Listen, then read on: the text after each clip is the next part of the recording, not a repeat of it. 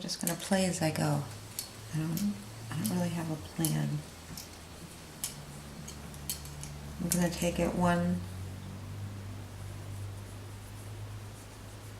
piece at a time, just like I did when I made it.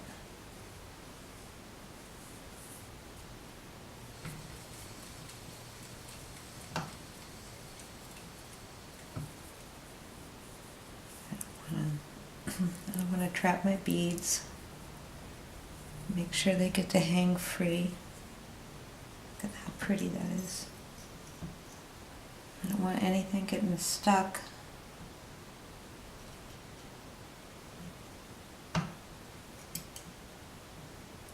So, I mean, we've gone through this much trouble. We are not going to do something to make this get wrecked.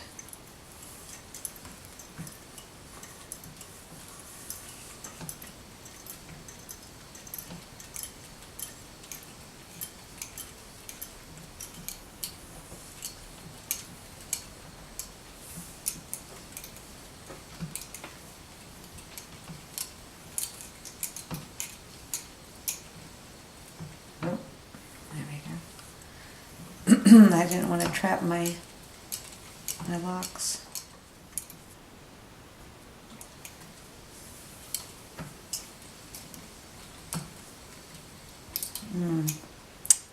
Did you see this? I love this one. It's like a little cloud. That one's really pretty.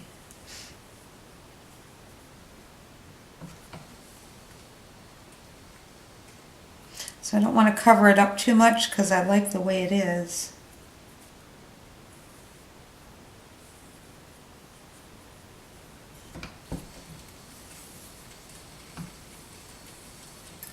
Okay. I'm going to apply back and give myself some room. Stop and give our a little cloud. Look at that. Oh my gosh. So pretty.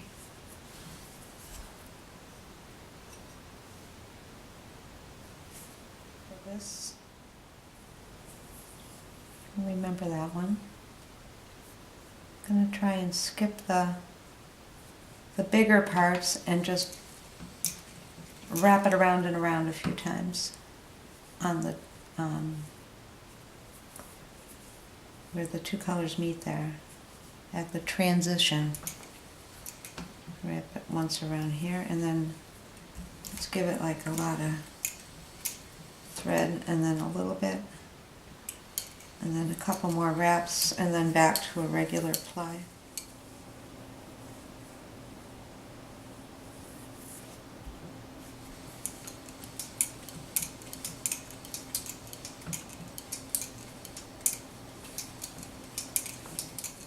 Okay, here's this nice little bead. Don't want to interrupt that. I'm just going to jump right over it.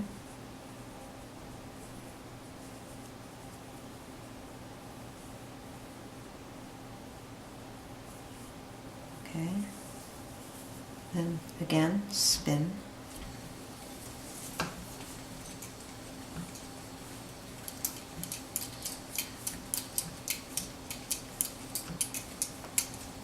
So this has a lot of extra twists right here, so let's get that right through, and I can go up and down.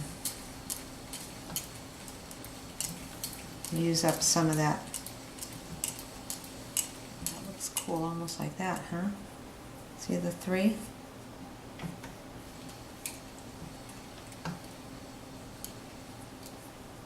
If you had them all like plied back on themselves. Yes, but not right now, okay? I will say this looks really pretty.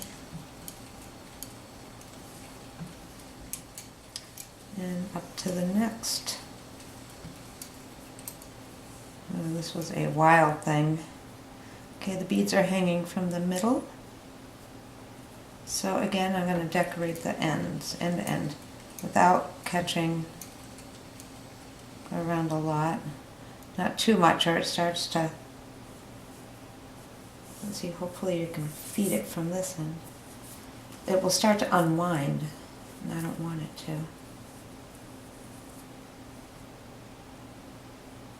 There we go.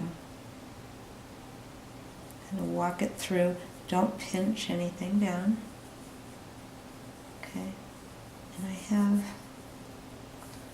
some extra twist back here. I'm trying to push up so the component doesn't come undone. And I can still wind this a little bit so they match on either side. And then just get out of there. I'm going to try making those little half moons. I don't know what you call them. But look at that nice bobble. Okay,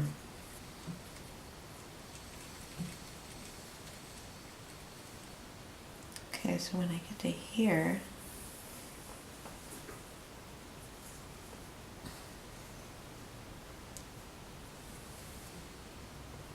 I'm going to give that some extra. And then kind of roll through here.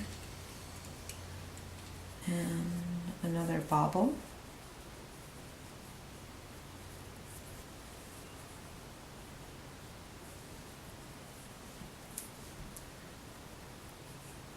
And then we'll just candy stripe it right there a little bit. Now back to the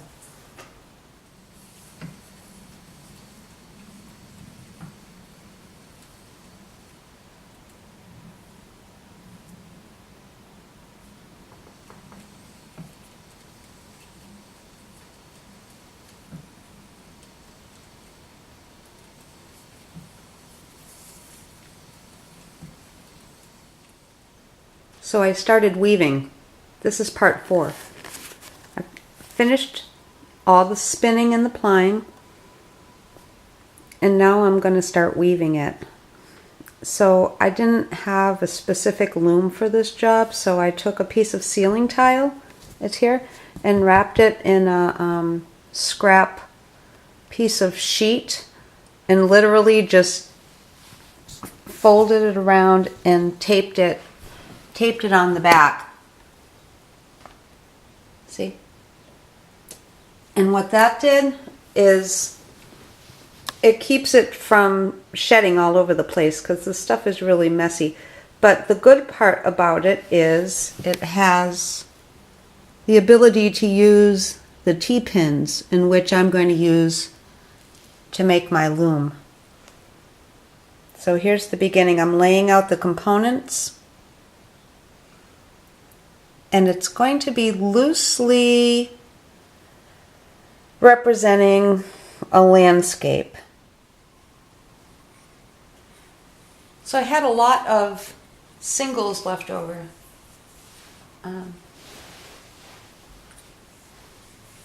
Which is good, because I felt like if I were to do like an inside out ball and ply this all back on itself, I'd have the whole thing barber poling, and I thought that created visual chaos added with everything else. So I started plying by length. I don't know if there's a real word for it, but this is a long one, of course. All right, I'm going to stop there because it looks like that's a big color change. So just line up your two. This is brown. See, it's not really that long.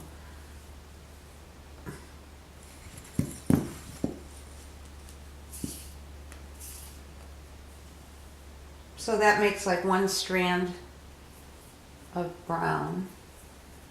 So you could cut it, or you could just like go on to the next piece. And that's what I did. I went on and on and on, and I made a few of these that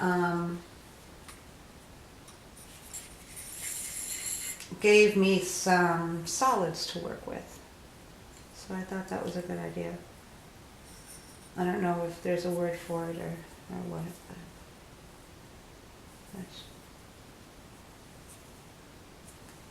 So anyway, I went along and did this quite a few times. And then you can kind of just keep these ends together. And then I tied a loose overhand knot, and I just kept a bunch of the strands available for solid colors when what I did is I started with like a component I liked, and I laid it out.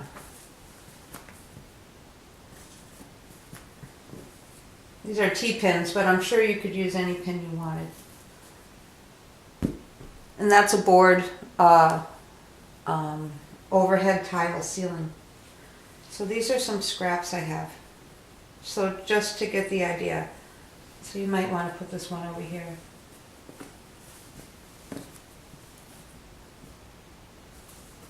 And go along and make your whole design. Make your whole design. And then I started taking pieces that I liked for up and down.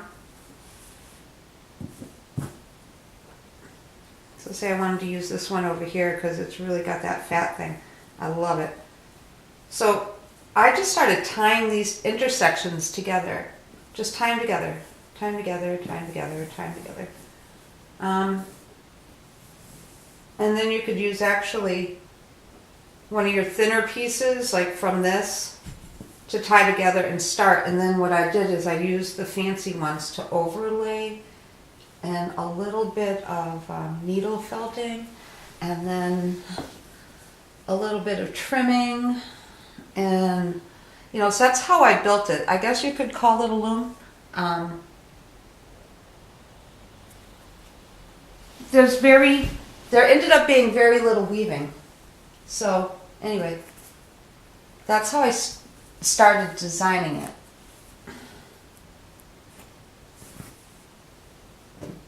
And this is what I have so far, and you'll see what I mean.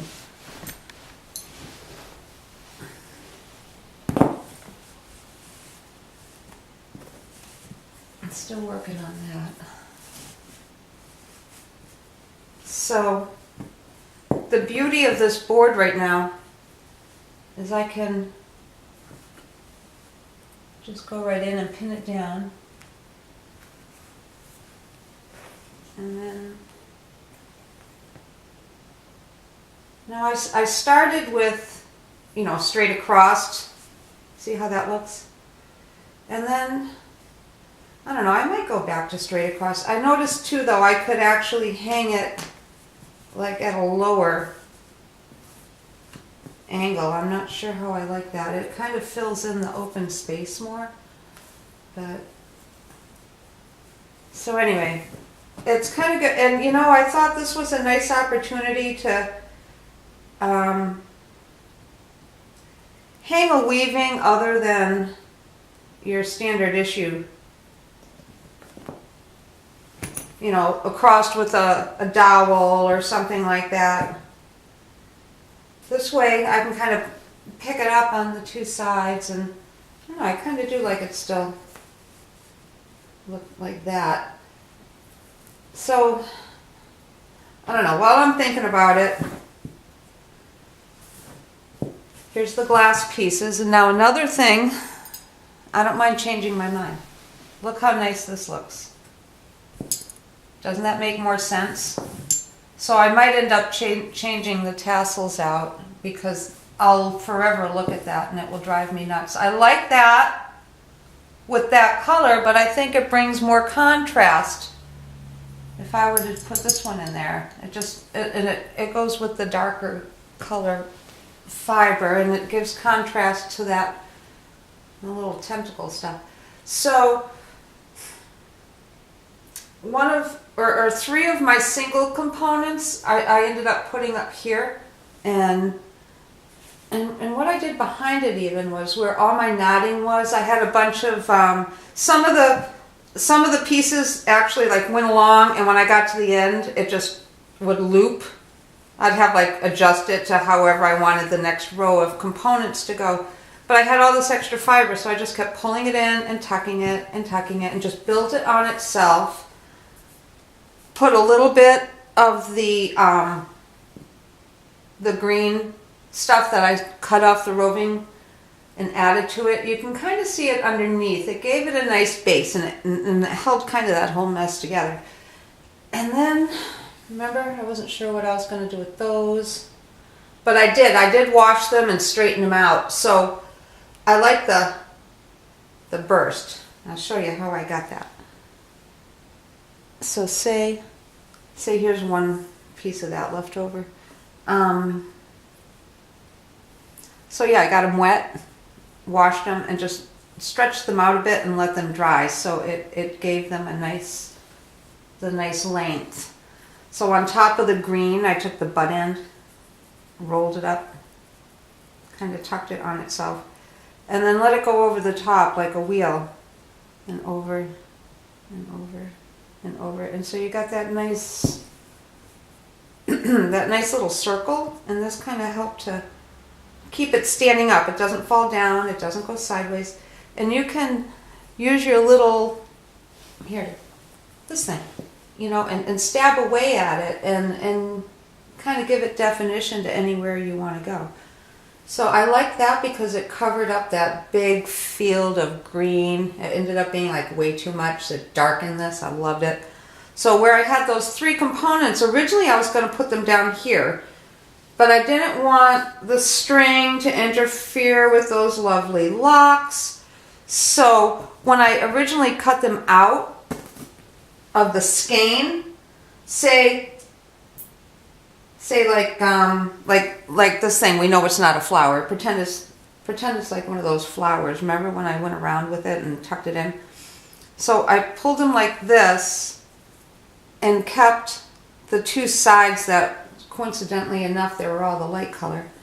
But I ended up not using the strings. I just thread them through this big eye needle and tied them on like a button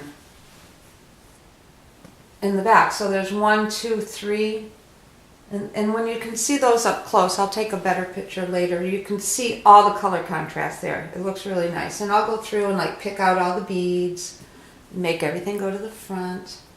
And the reason I did it open was because I didn't want all of the warps to interrupt all the componentry, because if you started adding strings all over the place, you'd lose what we just worked so hard to make. So, and like I said, it is a landscape theme, although it would be a stretch for anybody to actually know it unless I told you. But like, these are the clouds. They all look like little clouds. Maybe there's a dark cloud. We all have one, you know. So here's a tree, and over here were a couple more. Another cloud. I'll pick out my little antelope. He's out on the range. And everything I did in threes, like these are all the flowers down in the meadow in the foreground. And this is the open sky. And then the clouds up top. So I went ahead and swapped out the glass last night. And you'll see it right here. See how the color looks so much better. And I'm really glad I did that, because the yarn I used to attach it to the weaving was the thin stuff, and I replaced it with like a little thicker, the locky type, and it just was more proportional. It looked nicer, so I did that. And I just wanted to also show you on this side, so where I tied everything up, cut it and fluffed it all up. Doesn't that look nice? A little puffy there. You go down to the tree, and I decided against cinching up all these locks, because it ended up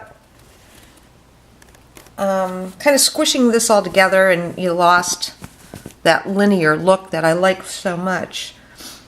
So I'm gonna call this done. I think, you know, when I hang it on the wall, I'll go through and take a couple of minutes and make sure everything's to the front and it's showing the way I want it. But I will say This part I'm really pleased with. I love the way that looks. These 3 different components. Look at that one. All the different colors sticking out the top. And then, so we dark, light, dark. A little bit of green peeking out, which was good because I didn't want too much, but I wanted some because otherwise this would look funny. It had to relate to the base weaving somehow. So that's what we got.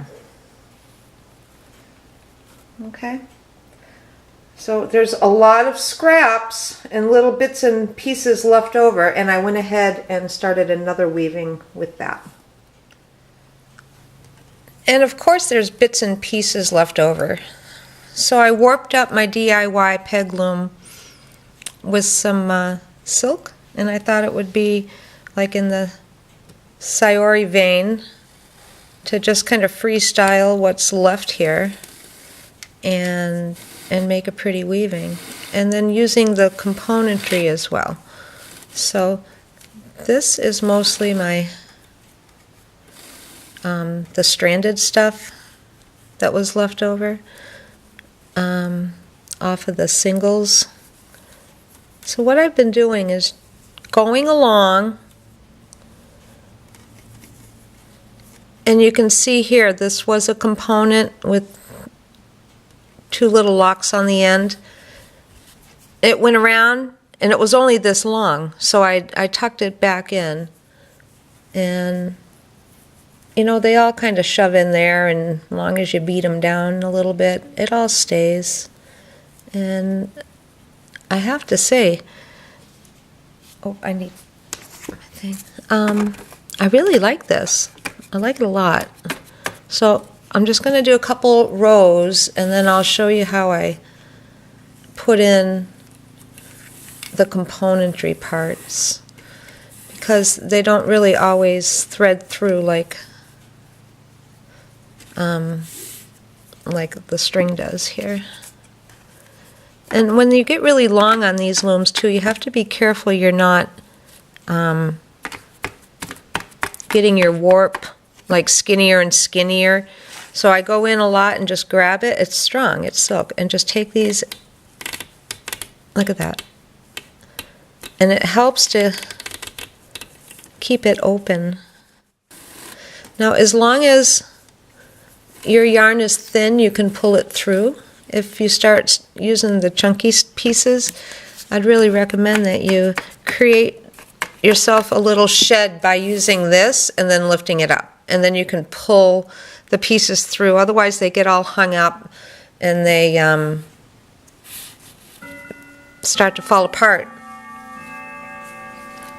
And that's the same as that one. I'm almost out. So I'm going to save that for a little farther up. How about just this? That'll be a nice contrast in color. So we'll push that through. This was a nice set because of the needle. I really like it. It's great for doing this. I'm going to leave this. Push that down. And then I'll go back and just hand weave the tail. That looks good. So now I have a little room for this to go in. So if I'm going to place this in, I'm going to do it over here. And you can see there's not a lot of tail space. So I don't want the warps to interrupt, but I do want to get both of these locks in there. So I'm going to go from like here to here, say. Okay, even on the edge. There. I'm not going to start putting it into the warp until I get here somewhere, just to start catching it. So, and of course we'll keep that little lock, that cute little lock is going to stay out. Okay, that one's under, so now it'll go over and then under. We'll tuck it in. I'm almost at the end of my scrap box. So this I'm going to leave out and put it in about here.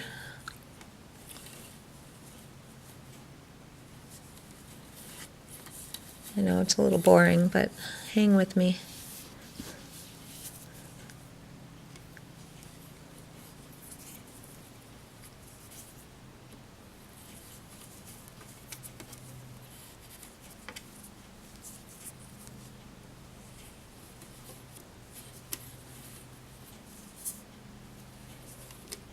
It's almost like you have to nurse them all through one at a time. Oops, somewhere I messed up. That's the same. It's all right. You know, if you have one or two of them that are off a little bit, it doesn't matter as long as you kind of fix it on the next row. Remember, sorry weaving. No mistakes. Just get it on there. A lot of times, things I do, I spend sometimes more time planning my project than I do actually doing it. So sometimes it's nice for me to just not have to worry about all that. And there, that looks really good. So I think what I'll do is just go back to this at this point, because it will be again a nice contrast in color, and sail a few rows up. Now when I do that, see, this is a little open here, but it will tuck behind. And then there's embellishment. Fine. I mean, is that going to be like part 10 or something? And we had to finish these up with some beads, of course. So there you go. So this is what I'm going to finish up today. So much fun to do. A little weaving is just so rewarding. Oh, look at, here's another piece. I'll find a place to put that. I saved all these ends from when I cut them off on the other weaving. So here you go.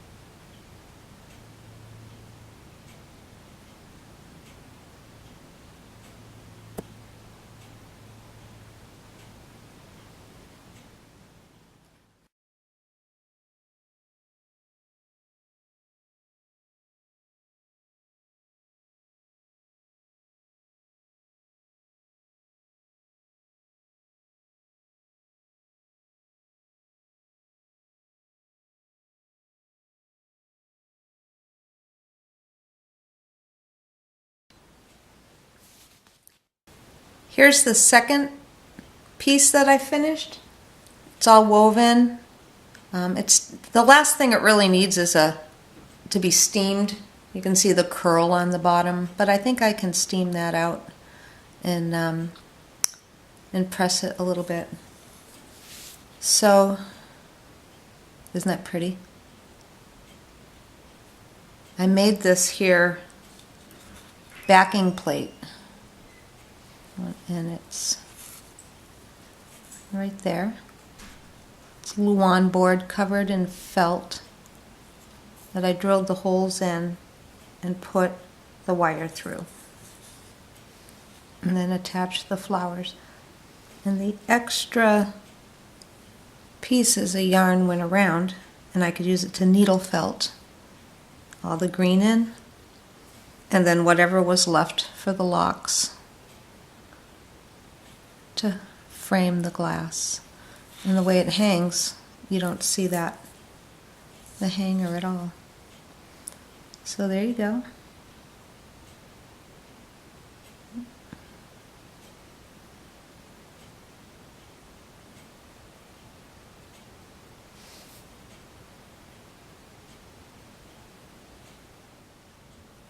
So I almost forgot to add the embellishment.